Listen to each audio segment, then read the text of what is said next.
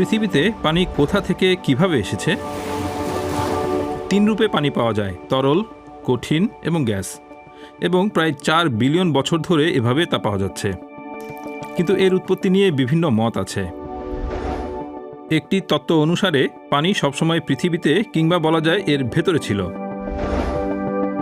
পৃথিবীর বহিরাবরণে রাসায়নিক বিক্রিয়ার মাধ্যমে পানি গঠিত হয়েছিল। এরপর তা আগ্নেয়গিরির অগ্নুৎপাতের মাধ্যমে নির্গত হয়। অন্যান্য গ্যাসের সঙ্গে ক্রমাগত বাষ্প হিসাবে পানি বেরিয়ে এসেছিল। এরপর সেই বাষ্প আমাদের বায়ুমণ্ডলে জমা হয়েছিল এবং তরল আকারে পৃথিবীতে ফিরে এসেছিল, অর্থাৎ বৃষ্টি হয়ে। এই তত্ত্বটি অত্যন্ত যুক্তিসঙ্গত হলেও এটি বর্তমানে পাওয়া যাওয়া বিশাল পরিমাণ জলের ব্যাখ্যা দেয় না।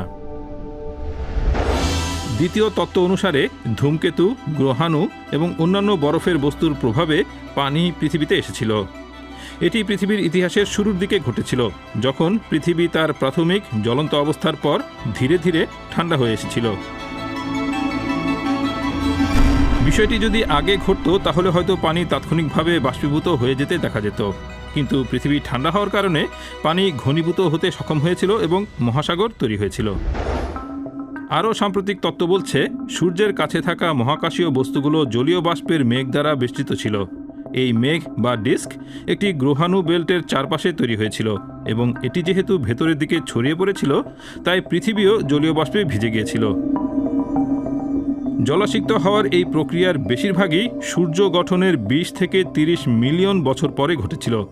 তখন নক্ষত্রের তাপ এত তীব্র ছিল যে গ্রহাণু থেকে আসা বরফ গলে জলীয় বাষ্পে পরিণত হয়েছিল। তবে পানি আসলে কোথা থেকে এসেছে তা নিয়ে এখনও বিতর্ক শেষ হয়নি। তবে সম্ভাব্য উত্তর হলো, এই 3 পরিস্থিতি একত্রিত হয়ে সেই মূল্যবান হাইড্রোজেন অক্সাইড তৈরি করেছে, যার কারণে পৃথিবীকে নীল গ্রহ বলা হয়।